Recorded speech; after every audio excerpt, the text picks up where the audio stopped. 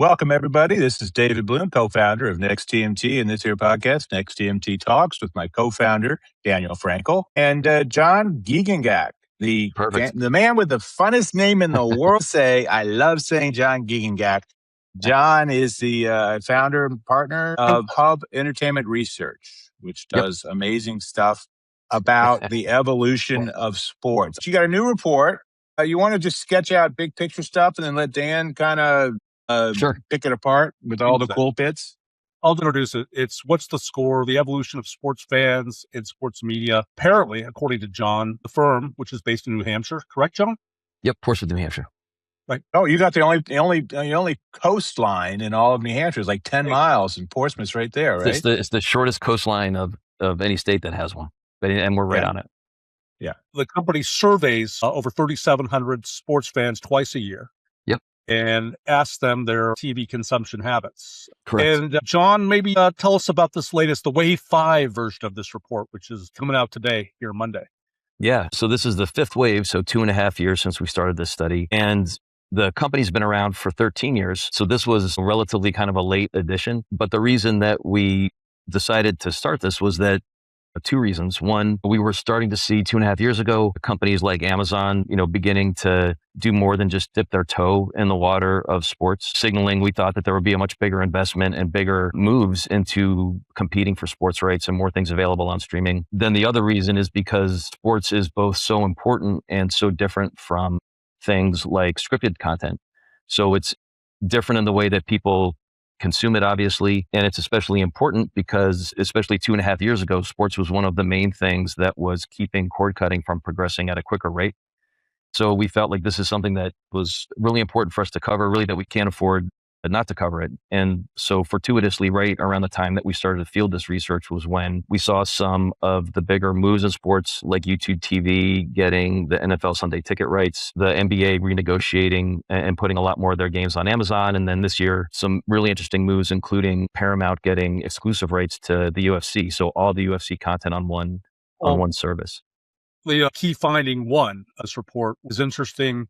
It's growing comfort for sports fans with not having pay TV. It starts off 2024, 24% of self-identified sports fans say they've cut the cord or never had it.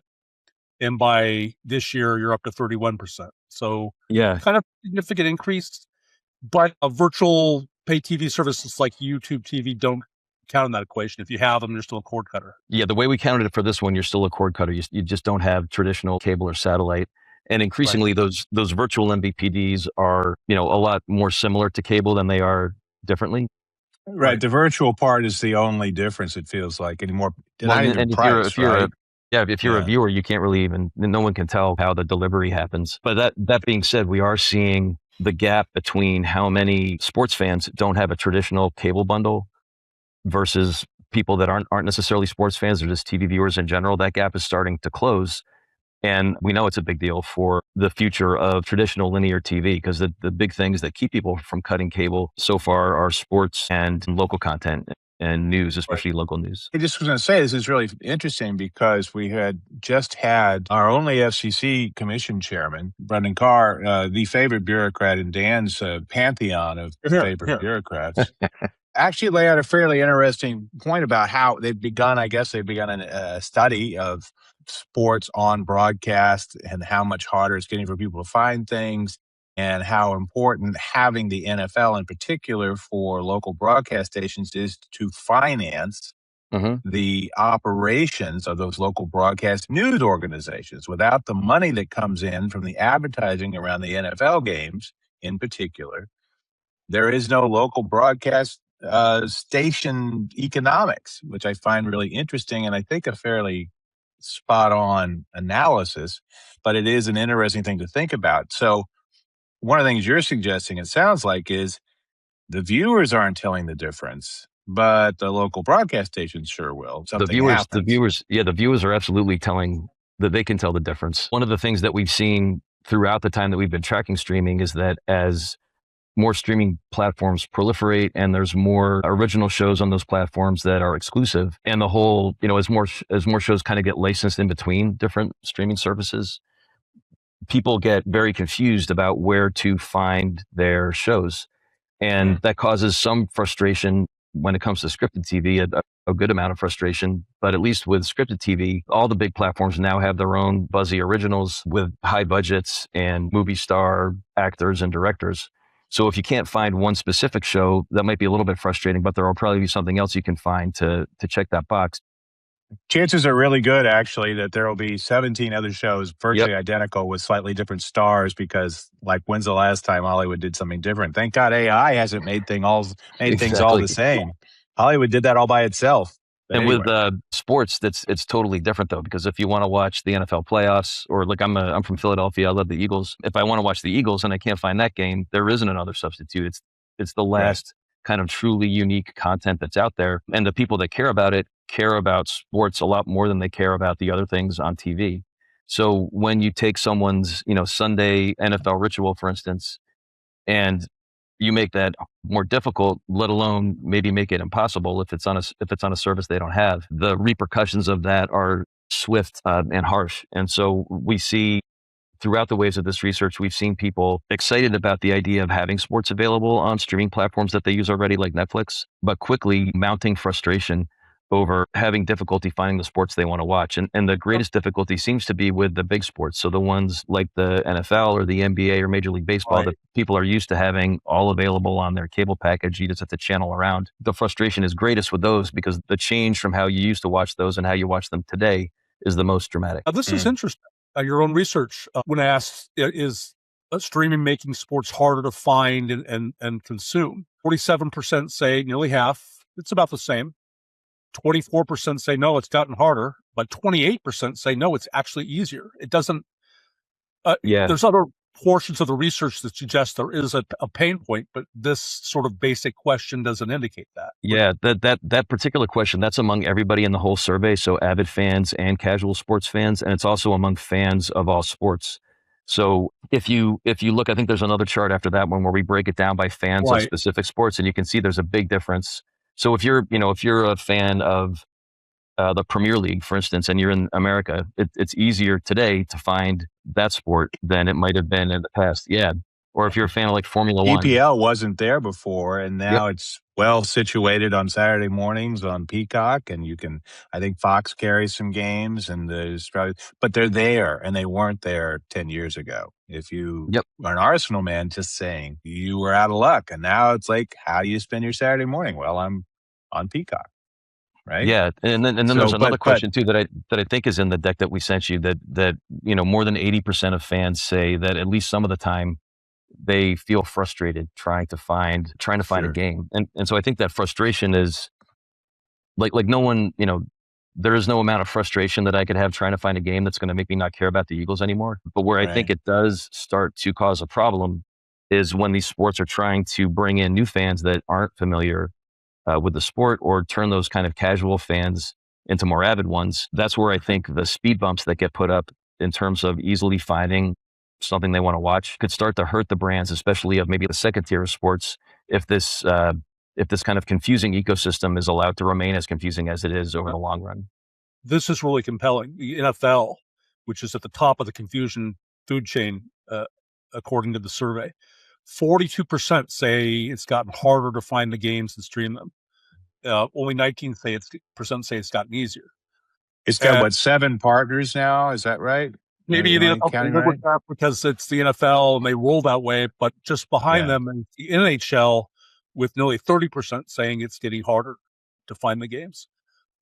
Like Jon just said, it's a tougher value proposition for them. They don't have quite the draw power. Yeah, I mean, Jon, real quickly though, can you also contrast this frustration with specific sports with frustration with all the streaming services in general? Yes, you can find another Brad Pitt movie or whatever, or another sci-fi film, or another genre and all that, and it's not quite the same. But they spent $100 million getting you psyched up to go see that movie, and all of a sudden you can't figure out where it is. Is it different?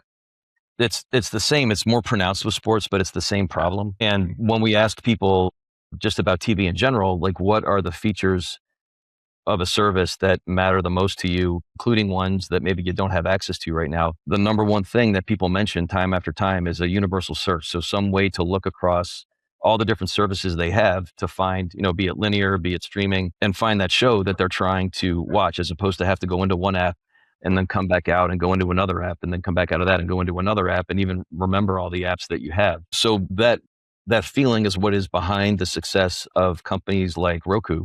Their entire reason for existence is just to make TV simpler to watch. And they have done a really kind of tremendous job at that. They have some of their own original shows. They have the Roku channel, they have Howdy, but mostly their existence is the only reason they're there is just to make it easier for you, the viewer, to find the thing that you want to watch in the shortest amount of time. And one of the things that we tested in this research was asking sports fans about different features or products that are on the market designed to make sports simpler. And one of the things that we asked about was the Roku Sports Zone, where you can log on and you can see, if you're into F1 or if you're into football, NFL or college football, whatever, it gathers all of the content, including live games, including news, including documentaries about that sport, all into one place. And all that content can be coming from different providers. But you, the user who doesn't probably care what platform it's on, you can find it all in one spot. And from that launch point, make your way to the content you're interested in, or discover some other stuff that's related to what you're interested in that maybe you didn't know about. Is there, you mentioned in passing this notion of converting the casual fan into a more intense fan, and that's probably an alchemical kind of process that involves something like the Philosopher's Stone. But that being said, are there things they can be doing, are doing, should be doing that could help hasten that deeper connection and engagement? Yeah, for sure. One of the biggest things that we found was sports documentaries. So if you think about, in the modern era, the one that's gotten the most attention was Drive to Survive on Netflix. And I think that's a great example, because if you've never watched Formula One before and you just sort of channel around and you stumble across it, NASCAR looks boring enough as it is. With Formula One, the cars don't even look like cars. You can only see one turn at a time, and it's really hard to tell who's in the lead. They rarely pass each other. And you have to really watch it for a long time to get the appreciation of the things that are happening below the surface. But a great way to get people invested in a sport who don't understand the sport is get them invested in the people. And that's why I think Drive to Survive was super effective. We saw this in our research. I think Morning Consult did a survey back at the time to see how many new F1 fans were generated in the US from that show. And because you get invested in these people, then, like, my wife is a huge soccer fan, football fan all of a sudden because of Welcome to Wrexham. She doesn't know much about soccer, but she loved the story. Everybody loves the story. It's very compelling. And as soon as you care about the people, you start to care enough to watch the game, and then you get an appreciation for the game. And a lot of people forget, my favorite example of this goes all the way back to 2007 with The Ultimate Fighter on Spike TV. If you guys remember that, the UFC was borderline almost out of business. And at the last minute, I can't remember if they pitched the show or Spike pitched it to them, but they had a similar problem. If you stumble across the UFC on television, you don't know anything about boxing, or especially if you don't know anything about jiu-jitsu, there's not a lot there. They didn't have any fights on Spike. They only had the pay-per-view events. Right. But so that, if you remember that whole show, the whole show was basically like the real world with a MMA match at the end. And most of the show was about who ate whose peanut butter or who peed on whose pillow, and them arguing at the dinner table. But then you get to know these guys, and then there's a fight at the end. And as soon as you know these two guys, it's way more engrossing. And so even though that was back before the age of social media, there was no TikTok, there was no Instagram. After the first season of The Ultimate Fighter, the pay-per-view sales for the UFC went up immediately 450%. And that effect is even easier to get today with all of the social media that there is to leverage the athletes or leverage kind of the behind the scenes action. In our research, documentaries were extremely effective at both engaging existing fans and making them more interested, but also in getting new fans to follow the sport for the first time. And many of the people who followed it for the first time after watching a documentary became fans and continued to follow it after the documentary was over. So I think it'll that's be really interesting to see how this plays out for Formula One, which debuts this weekend, because they're going to be on Apple TV for the first time. Apple TV is going to share Drive to Survive, the newest season, with Netflix. They're both going to show it, which I find really interesting. And then C15 has announced a new deal last week that they're going to be doing the F1 channel with the sort of junior, the academy, basically. It's sort of like their minor league, but all that stuff, they're going to have all that live content. Yeah, and they're riding the back still of the Brad Pitt movie, Yeah. which was Yeah. great. And so, yeah, Yeah, so it was all of great. that I think is a really, streaming brings lots and lots and lots of challenges to traditional, just to the business of trying to get people to discover a show or a sport and watch it. But it also creates all of these new opportunities that were much harder to pull off before. And especially if you think about a sport that's seasonal, like Hard Knocks on HBO has been around forever, but documentaries are a great way to stay connected with your fans in the off season when there's no games to Yeah. report on, or if I you look did at a how much panel bigger, like last the night. John, I did a panel last night with that included a guy from a big agency that's about to go through a name change. I won't get into the agency, but one of the things he talked about, he used to work for the Falcons and the Clippers in the NFL and NBA respectively. And the challenges he faces as a manager representing these athletes now for the agency he works for, they are brands, they are corporations, they have their own contrail of yep, fame and engagement. And for a franchise, they have to figure out how they take advantage of that and get people connected to the team when the players are bigger than the team in some cases, right? yeah. I mean, the University of Alabama has their own original content studio now, precisely to do exactly what you talked about. And Yeah. not only is that a big opportunity to kind of leverage behind the scenes things or leverage the online presence of an athlete, it's an opportunity that's so big that you can't afford to not do it. And I think the tools that are available to leagues, to teams, to individual athletes, and to the companies that are distributing all of that are more powerful and more numerous than they've ever been before. There was Interesting. another study, Altman Salon put out this week suggesting that younger demographics, younger millennials and Gen Z are really into highlights and the Yep. kind of documentary and scripted sports stuff that you talk about. Does that show up in your research at all, that the old farts like us are just still watching game? Well, the old farts like us are also using social media a lot more, but it's especially pronounced among younger people and among younger fans. I think it was 54% of them said that they get most or all of their non-live sports content, so news and highlights and clips, from social media. And when we ask people each year that we ask, we say, "Are you getting more of your non-live content from social now than you did a year ago?" Most of them say that yes, they are. So there's this kind of feedback loop of more and Yeah. more of the clips and highlights being consumed on demand on a phone. And the stuff that I used to do when I was in college, like sit with all my buddies and watch Game Day every Sunday or Sports Center, that, at least among these younger people, while they still watch that stuff, sometimes the home of that non-live is on social media or on a mobile device. It sounds like particularly YouTube, though, right? I mean, YouTube is Yeah. really the Yep. home, not just social media, but YouTube in particular. Yeah, well, So, I'm just consulting my notes here because this one was a little bit more complicated. YouTube was so we talked to people that they had to use all four of these. They had to use YouTube, Instagram, TikTok, and Facebook for sports. So this is kind of like a subsample of people who use all four of those. But then we asked people, out of those four, which one of these is the best at each of these different things. And so YouTube was seen as the best overall. But its biggest lead were on things like reliable news and information, timely access to videos and clips, and best behind the scenes access. But there were other areas where some other platforms outperformed. So TikTok, for instance, was the number one choice in terms of interacting with other fans, so the mm, community aspect of it. And Instagram was the number one for having the most accounts directly from players. So the interesting thing is that YouTube kind of performs well at the things you'd most associate with regular television. TikTok and Instagram perform the best at the community aspect, so interacting with players or interacting with other fans. And again, I think that's a whole other dimension of how you can communicate with your fan base today. And it goes, the same goes for scripted TV. There's lots and lots of communities that spring up around scripted IP. But some of these social platforms, especially like the vertical video ones, are seen as the best for interacting with other people like you that are following the same stuff. So how many of these reports do a year? What's sorry? uh, How many of these research? I know you cover a lot of different aspects of media Oh, how structure. many? Yeah, we do the sports one twice a year.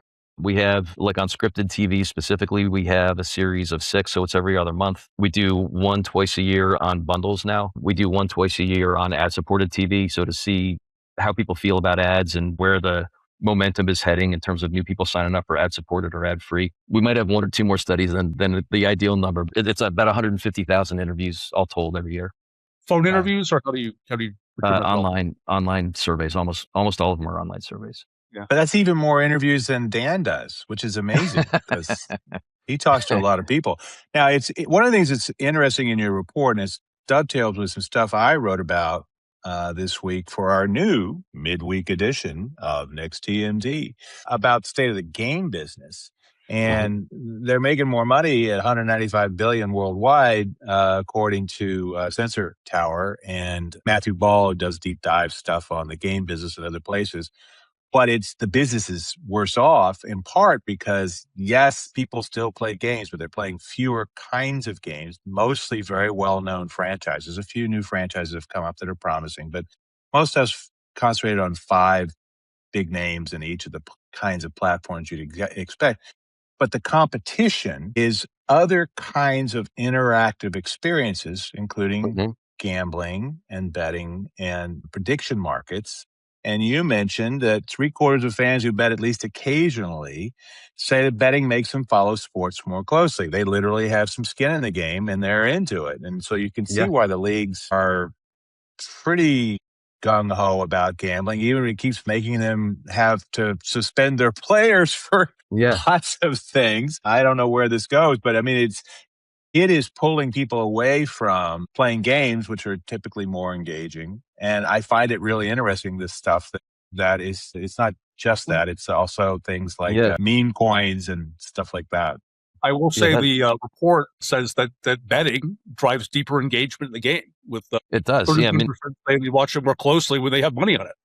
Yeah, I mean, and I wasn't. Keep watching, right? That's the thing. You keep watching, even if your team. It's another way to make you care about the team more and follow them more and get more invested in the outcome. I mean, anybody who's ever done, I don't think that finding will come as any surprise to people who have participated in like a fantasy sports league, for instance. But you mentioned video games, and that's it's a parallel. So the things that really engage people today are the experience, especially young people are the ones that are more interactive. And so we found, if you think of what were 2 of the most popular shows of the streaming era were Fallout and The Last of Us, both based on game IP, but based on pretty old game IP. I think the first Fallout game was in like 1997. The Last of Us, that season 1 was based on, came out in 2013. But people, if you think about how much time people spend working their way through those games, like The Last of Us 2, I think is like an 18-hour campaign. And that's if you only play it through once, which most people play it more than that. And if you're good, as somebody who's not, but has tried it, it takes longer than 18 hours. It can take a long time, but it's a labor. Killing those clickers, man, is tough. labor of love. But if you think about, people investing that much time, not to mention that the game costs $60, why would it shouldn't surprise anyone that person would then go and get a HBO Max subscription to watch 8 more episodes, of the same characters, the same story, the same environment, which isn't exactly the same if you watch some other high profile scripted show. And I think that, for instance, like the government of Saudi Arabia and the Public Investment Fund, they've invested in a Hollywood studio. They've invested in making their nation kind of a gathering place for art and for, they have the big comedian festival. They have their own golf league and a bunch of other sports events. And then they also spent $55 billion to buy Electronic Arts. And so if you think about where this is headed, the biggest, most vibrant, most engaged communities anywhere on earth are sports fans. And if you look at just the very close relationship between NBA 2K and NBA fans, or Madden and NFL fans, and you combine that with this big convergence of technology that we see, social platforms and mobile devices and TVs, I think we're headed for this kind of convergence of IP where if you're an NFL fan or if you're an Eagles fan, you will engage with the video game and the athletes and the social media and the live games and the news and highlights and clips. That will all be organized almost in like a silo of IP about your favorite sport and your favorite team and your favorite players. It'll be one big chunk. This is the weekend, by the way, for Formula One. It debuts their new season. Cadillac joins for the first time. So you're going to have all crazy. That American car maker muscle behind that. It's the first new team in years. It's going to be on Apple. You're going to have Drive to Survive on both. Have we already seen F1 in Saudi Arabia? Is it coming to the Middle East? Not this week. Yeah, I mean, there's a Definitely race. not this week. not I mean, there's a race in Dubai. I can't remember where. Maybe there is one in the UAE. I can't remember. But it's a very international sport. It's a second tier sport here, but it's by some metrics the biggest sport in the world. But it is really hard to move some sports from one market to another. You know, it's not hard to get people in England to watch a football game because it looks like rugby, and watching giant people smash into each other is fun no matter what. But it would be hard to launch Major League Baseball in England and fill up Wembley Stadium on the first try, just like if you tried to have a cricket match at Giant Stadium out of the box with no warm-ups, you might not get such a great turnout either. But again, the ability to engage with the athletes and learn about the game and give people a reason to care about the game before you try to make them watch it, I think is a huge benefit. And the benefits are the biggest, I think, for some of the smaller second tier sports where they're unknown by large numbers of people, and the rights to collaborate with those sports are still affordable. You know, pretty soon it's only going to be like the Amazons and the YouTubes of the world that can afford the NFL and NBA rights. But even Formula One went from $5 million a year in the U.S. to $75 million. I see that there are 2 races in the Arabian Peninsula coming up in April in Bahrain, and then the Saudi Arabian Grand Prix in Jeddah, and then 2 more late in the season in Qatar and Abu Dhabi. That'll be interesting to see. 4 Arabian Peninsula races are scheduled. The first 2, it'll be interesting to see what happens. Well, technically it's not a war, but you know. Yeah. Well, that'll make them feel much better as they're dodging rocket and drone attacks while also going 205 miles an hour, and their $1 million machines. Should be great. So anyway, it's a pretty disrupted period in media and technology. Mm-hmm. In terms of this compass that you provide, who are you working with? Is it just content company? No, we work with, at this point, we work with all or almost all of the big traditional pay TV operators and satellite companies, all the big streaming services, some of the smart TV companies, some ad agencies, but basically anybody that has a toe in the water of how people find and choose and consume really entertainment content of all kinds. We specialize in TV, and when we started off, TV was all that we did, but now TV is so inextricably linked with social media and gaming and things like that we kind of cover, I guess you could say we kind of cover entertainment screen time overall. So is this custom stuff you do? The ones like the ones we're talking about today that we're best known for, those are subscriptions. So people that subscribe can put their subscription comes with a set of custom questions that they can include that are proprietary. So nobody else sees the answers and no other clients even see the questions. Right. But then we also do one-off proprietary research for all the same companies where they own the research and we're just answering a very specific question that they have. So John, are there specific questions without like linking it to any particular, like a certain kind of question you can say, well, a brand wanted to know how they're stacking up against their 5 closest competitors, that kind of stuff? Or what is it? Yeah. What's an example of some of those custom questions that get folded into these things? We did a big international study on piracy to see where in different countries people are most likely to pirate content and why, and what kinds of things they pirate, and what would be the messaging you could use to get them to stop doing that. That sounds like a report all by itself, doesn't it? Oh, it was. Yeah, it was a big one. We've done for a bunch of the streaming providers that are out there, we've done research to help them to design it in the first place. So like, what are the different features it should have? How much can we charge? How much licensed content should we have versus our own originals? We've done a lot of them actually on discovery. That's a big problem that everybody has. But how do we optimize the way that we market our shows? And so a lot of the traditional ways that you would market scripted TV are no longer that effective. But how do we leverage, social platforms that are a competitor, but they're also where most of the TV discovery happens? And then looking at where or when does kind of TV discovery start? All of these TV apps are sort of built on the assumption that people are going to open up a streaming app and they're going to decide what to watch and then watch it right then. But it turns out that by the time somebody logs onto your TV platform, they've probably already got a pretty good idea. They've already done the discovery, and they've done it on Google, or they've done it on TikTok, or they've used ChatGPT.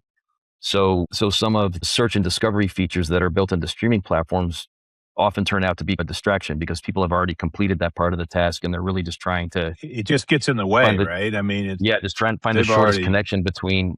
what they really want is like an app like TikTok or YouTube where there is no discovery journey. You just open it and the video you want to see is front and center. TikTok, you just open the app and the video plays and you watch it or you swipe it away and the algorithm learns more of what you want to see. So there's very little effort or mental bandwidth that goes into having to find the thing you're interested in.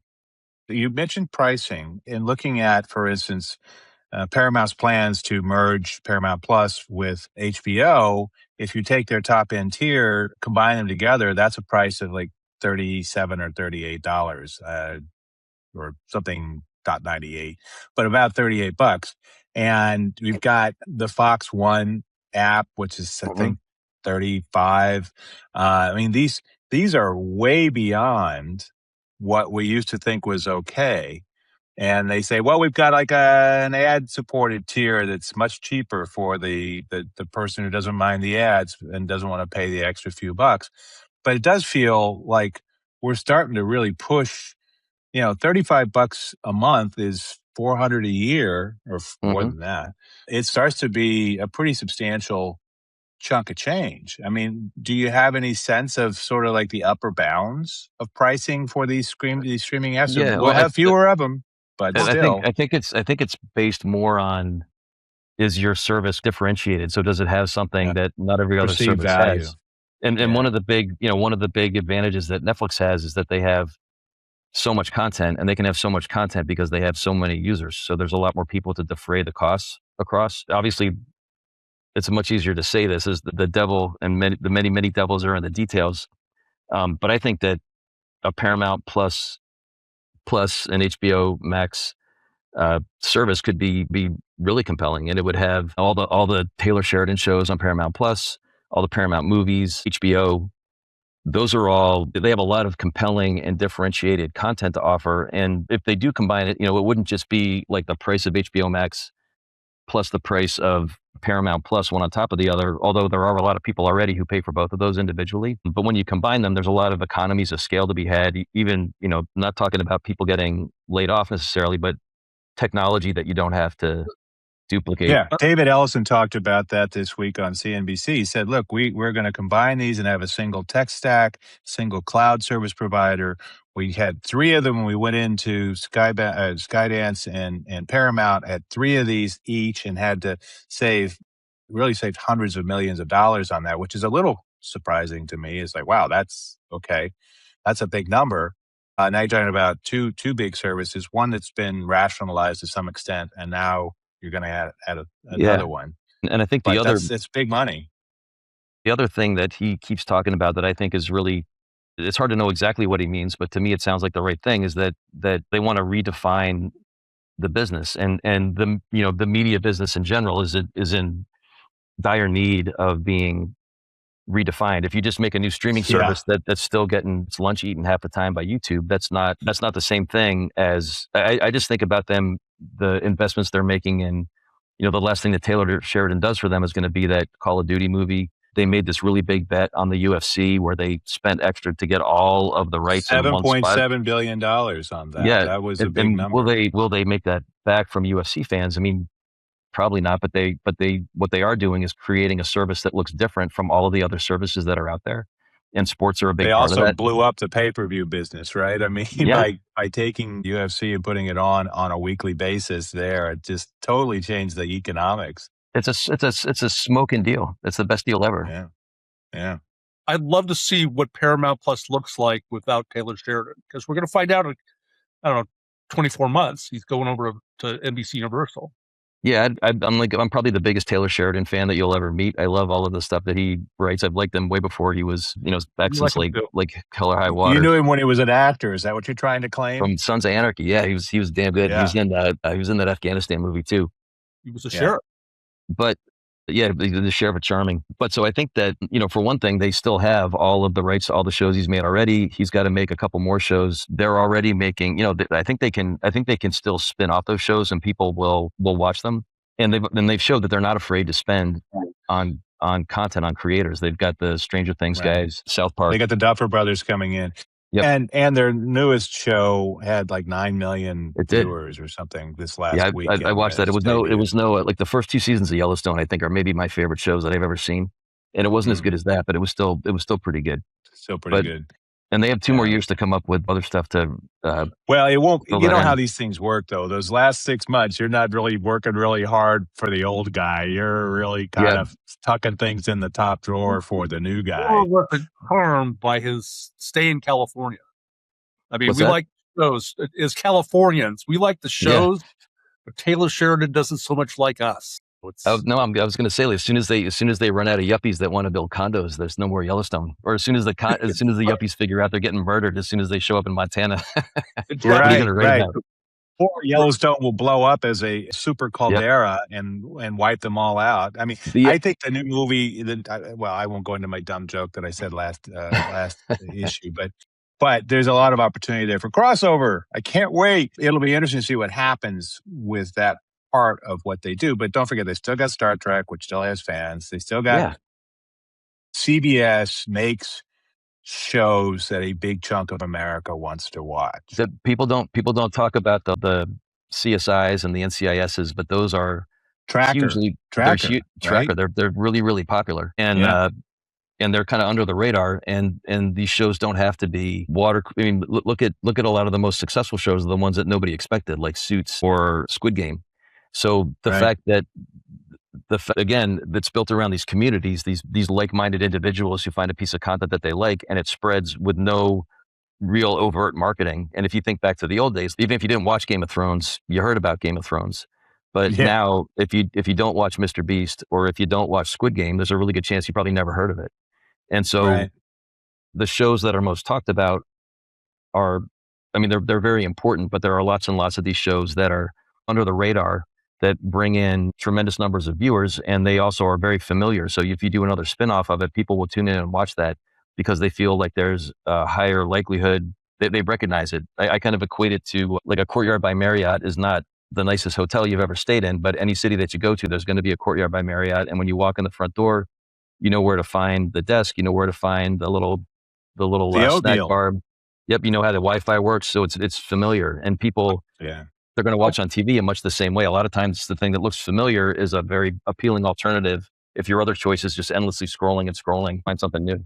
You mentioned Call of Duty and the Call of Duty movie. I'll be interested because some of the game research I was talking about, Call of Duty was outsold this year by Battlefield 6 as the most popular shooter in a year that had a lot of shooters. But Call of Duty across all platforms remains one of the big 4 or 5. And I'll be interested to see how they can translate that hard year after year audience, which I think for 18 years in a row was the number one selling game. Yeah, it's not going to translate that into a movie. I don't think that's going to be hard at all. And I think, Taylor Sheridan's probably a really good person to do it. If you watch plenty of his movies or like Lioness or Mayor of Kingstown with the SWAT team, he's very into kind of like an authentic, or Sicario, God, I mean, that's the best one. The very authentic portrayal of military operators and that whole look and feel. So I think if you made a crappy Call of Duty movie, all of those people would still show up and watch it. But I think he's going to make probably a really good one. And Battlefield 6 is kind of amazing. Battlefield 6 is like the faculty lounge version of Call of Duty.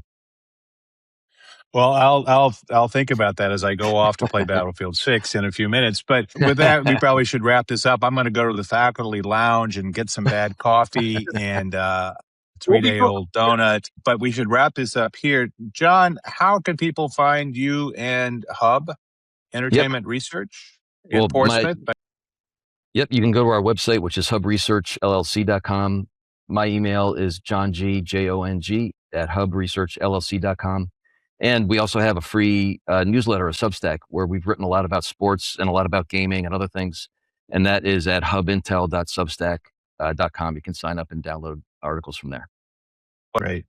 Well, you can reach this podcast at nexttmt.com, where you can sign up for our weekly newsletter, which is now becoming semi-weekly, and also get our podcasts that we do for ourselves and for our media partner, Media Play News. As we become a diversified media empire, sign up for free, get the stuff in your email box a couple of times a week. The podcasts are on YouTube, as you'd expect, because we know where those audiences are, because Jon told us, as well as on the podcast services both Spotify and Apple Podcasts and all the other fine places that traffic in audio excellence. This is David Bloom, co-founder of Next TMT, with my co-founder, Daniel Frankel. Thank you, everybody, for listening.